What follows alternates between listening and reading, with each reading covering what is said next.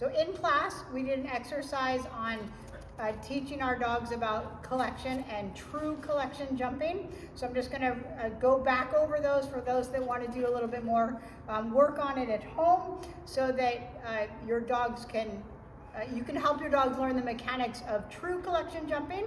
So I just want to remind you that there are 3 ways essentially that dogs jump a jump. One is an extension.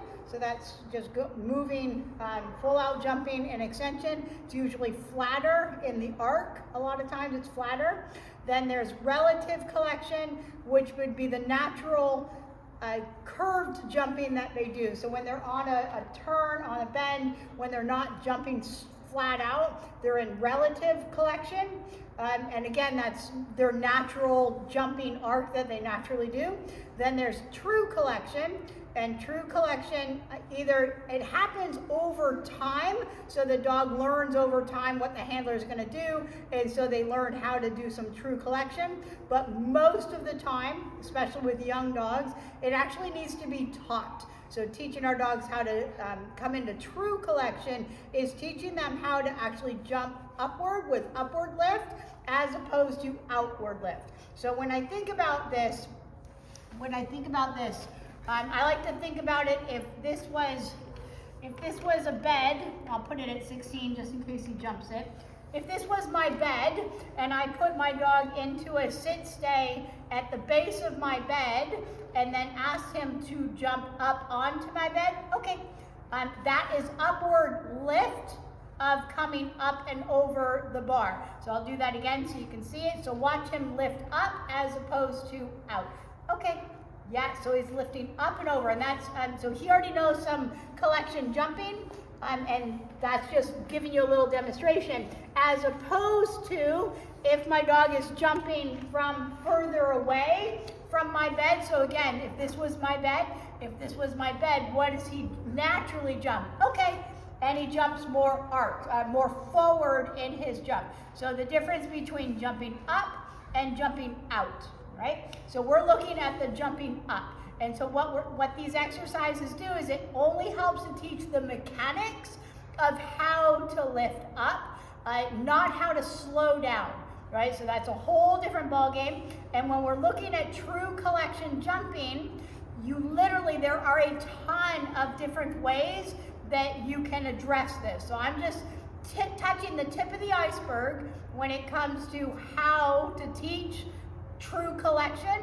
I love these exercises along with a whole bunch of other ones. There's a lot of them for dogs that, for both fast dogs and for slow dogs. But again, this is not teaching them how to come in and slow down to get that collected jumping. That's a whole different other training aspect. This is just teaching them the pure mechanics of how to lift and how to control their body in the lift. So in class, I'm going to show you from a couple of different angles.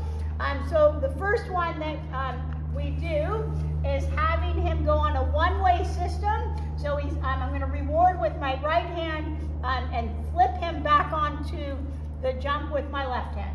So flipping him around. Yes, good. So just teaching him, yes, super, how to bend around the bar. And what I'm looking for is how well does he straighten up? How well does he straighten up for the bar and come around? Good. Super. So I'm going to send him the other direction. Oh, let's try that again. Yes, good boy. Around. You may want to keep your cookies very low to help keep their head down. So that's one way that we did it. The other one is coming just on the other side of the bar, and I'm going to have him jumping away from me first. So jumping away, yes. Jumping away, good. What I'm looking at is his arc down and his control over the bar. Good boy. Super. Try a couple more of these. Yes, super. Super, excellent. So I'm going to come, I'll go ahead and turn around so you can see the other direction. So flipping him onto the bar. Keep your feet low, pick him up, flip him away. Good job. Now how far away how far away I am from the jump is dependent on how high I have my bar. So I have it set at 16. I'm gonna pull it out. That's my line for where my toes go. So I'll do a couple more. So I'm sending him onto the bar first, then he's coming around. So flipping him onto the bar. Good. Flipping him onto the bar. Good. And looking at how he lifts and how he controls his rear end on when he drops. Good. Then we slide over. Now he has to go around the wing first, and I want to see how controlled he comes in on this bar. He should be parallel to the bar when he lands. Oh, so I'm going to turn him around. Send him around the bar. Yes, good. I want to see that he sticks the landing. Yes, good boy. Super. Super. When you're at home, you can sit on the floor. Super. So notice how he goes 1, 2 with his front feet, back feet. That's what I want. So he goes around, 1, 2. Goes around, 1, 2. Goes around, 1, 2. Goes around, 1, 2. Now I can get pickier. The stronger the dog gets with this exercise, the more picky I get as to whether or not I reward the toe ticks. So if he hits the bar or hits the wing, I start to get pickier. For this video, I'm going ahead and rewarding everything just to show you how to keep him going. But at home, when I'm working on this, I would start to give him a, nope, not that one. Send him around. Yes, very pretty. Yes, very pretty. So, oh, nope, that wasn't it. Try again. Yes, good. Send him around. Yes, very pretty.